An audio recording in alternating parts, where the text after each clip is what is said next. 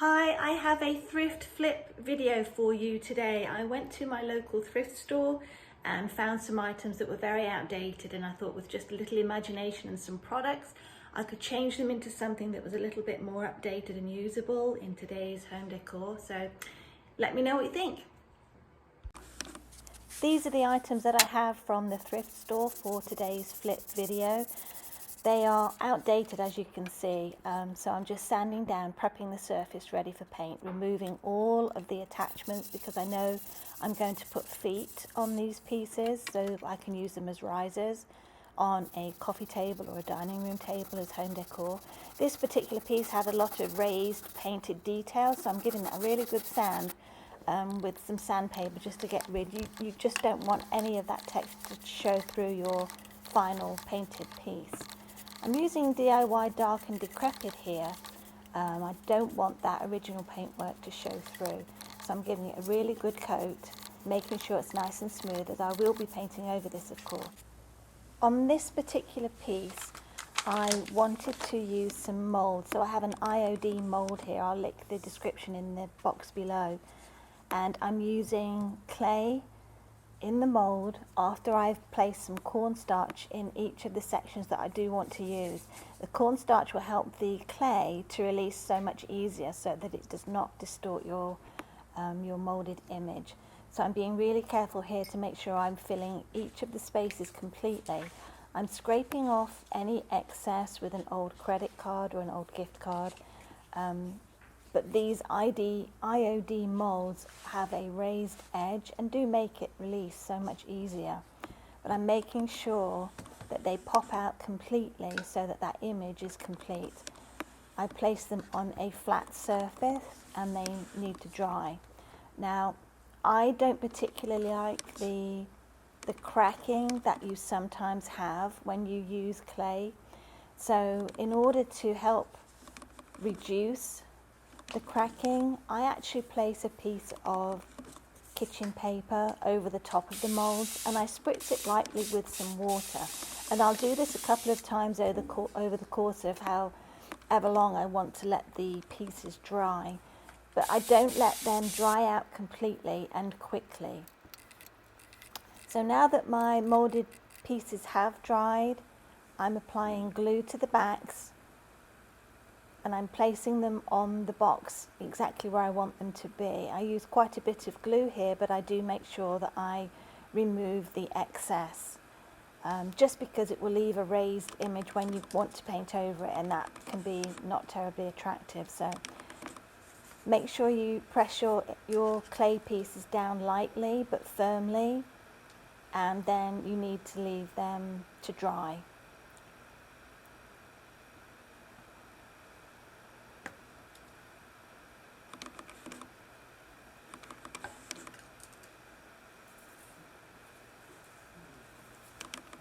Again here I'm using the paper towel and spritzing it lightly with some water just to make sure that the clay, slows down. I just don't want it to dry quickly. When these clay images dry quickly, that's when they tend to crack more.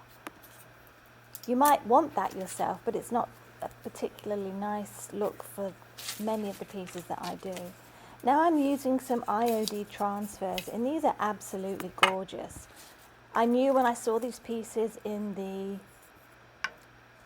thrift store that I had IOD transfers in mind for them. This is a stencil I think I picked up from a local craft store.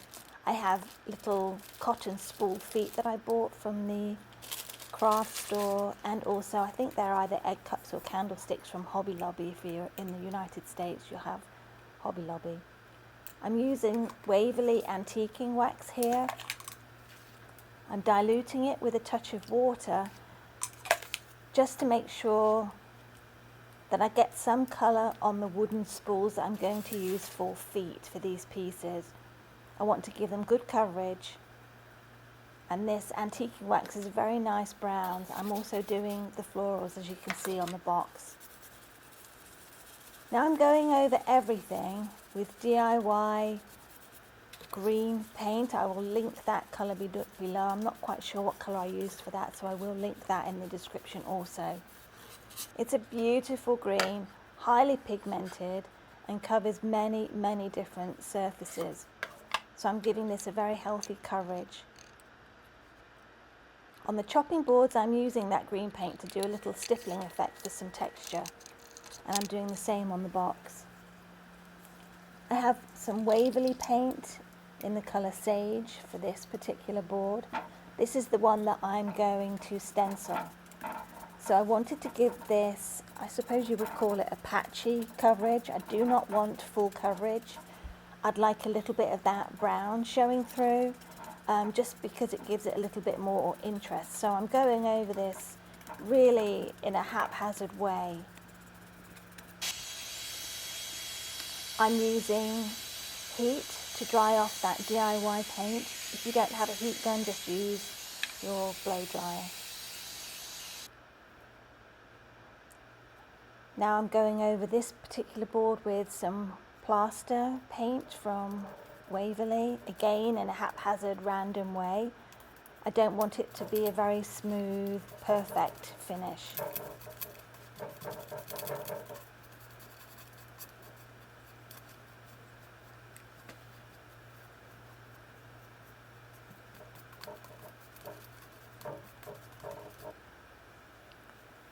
Now when you use a heat gun or a hairdryer to dry paint, you often get some crackling, which is exactly what I was looking for.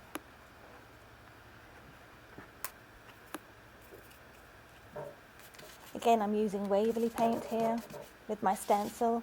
I have a Paint Pixie wax brush, and it's a very wide wax brush. It's probably 1.5 to 2 inches in diameter, and it's absolutely perfect for stenciling, particularly larger areas. I've had this brush for quite some time, and I use it for waxing as well, but I tend to use it more recently for stenciling just because it's so brilliant. It makes the job so much faster. Now I'm barely using any paint to do this stencil. I really don't want a very definite image. I want this stencil to appear as a background because I'm going to use transfers over it. Gently pull up your stencil when you are stenciling. You don't want any smudging. So that image there was perhaps a little bit too bright for what I was looking for. So I'm going over the top with some sandpaper just to knock that paint down just a little bit to make it a little fainter, perhaps give it some aged appearance as well. You don't want really brand new, fresh looking paint on a board that's perhaps looking a little distressed. These are redesigned by Prima transfers and they're absolutely beautiful, so I'm just laying out my design. They're very easy to use, as are the IOD transfers. You literally peel the backing off, use the tool that's included, and very carefully just rub over the stencil and it releases. Make sure your paint is completely dry though. I have had occasions where I've had trouble with the transfer releasing, and I've discovered that if you can leave your paint to dry overnight, you have a much better success. So just be careful when you're peeling that paper back. Just check underneath to make sure the design is actually releasing. Lay it back down if it isn't and go over it gently again.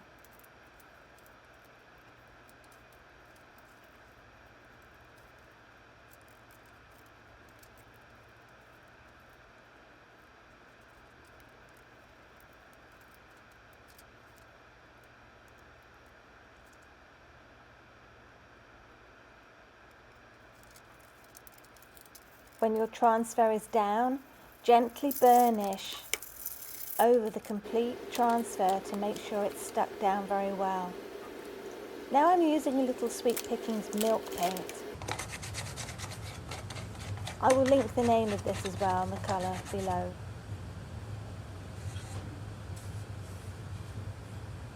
Whilst I already have a little bit of texture on these boards, wasn't quite enough, so now I'm going to go in with the milk paint just to give it a little bit more texture.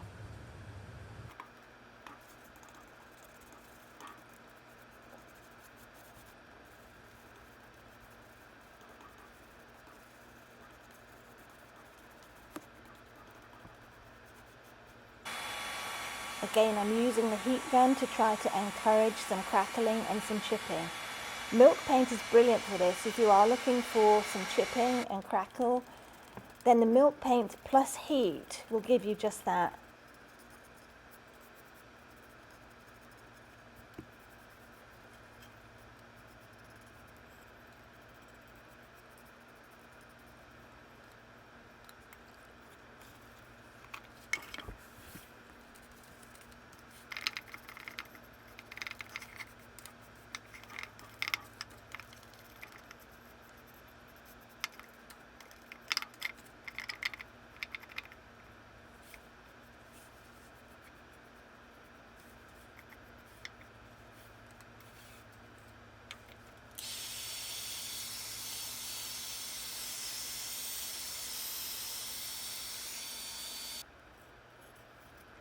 This board perhaps chipped a little bit too much. The surface underneath was very shiny, so I'll have to send that off and give it another coat of paint and then continue. Here I'm just sanding down that milk paint. When you sand milk paint, it becomes buttery smooth. It's beautiful. I'm getting rid of all of the pieces that will have chipped off. Anything loose, you want to actually make sure that it's removed.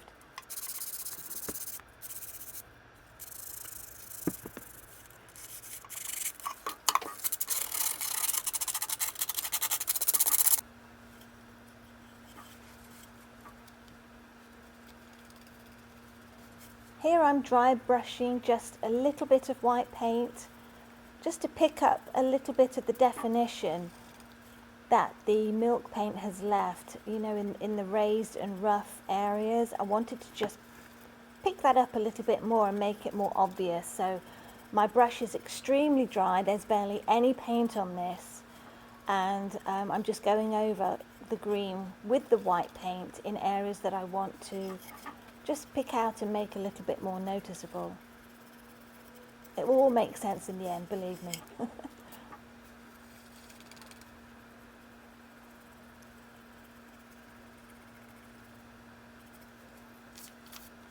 And here is the beautiful IOD transfer. If you don't want to use the complete image, you can cut it and make it fit whatever project you're working on. But I knew this would be absolutely perfect for this old chopping board. Again, peel off the backing, lay your image down, make sure you have it exactly where you want it to be before you commit, because once it's down, it's down. And again, use the enclosed rubbing tool that comes with the transfer packages and gently rub over the complete image.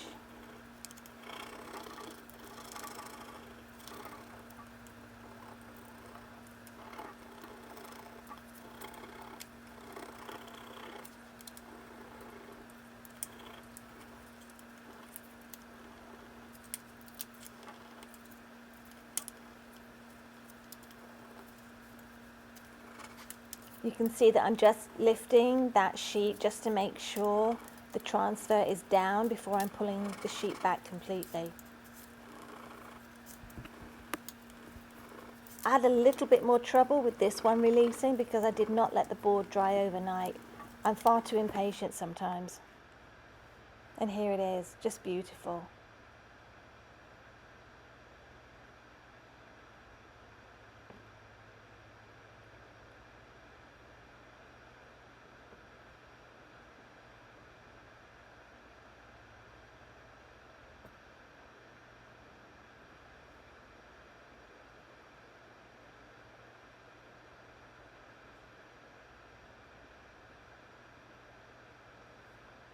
I hope you enjoyed the video today. Let me know what you think. I hope it inspired you to either make some changes to your own home decor rather than throwing away what you have and buying new. You can easily update it and make it fit in with perhaps a renewed colour scheme that you might have, rather than having to search for new items. So please let me know what you think to the video. It's very easy to do with some imagination, as I've said, and some products. So let me know. Thanks.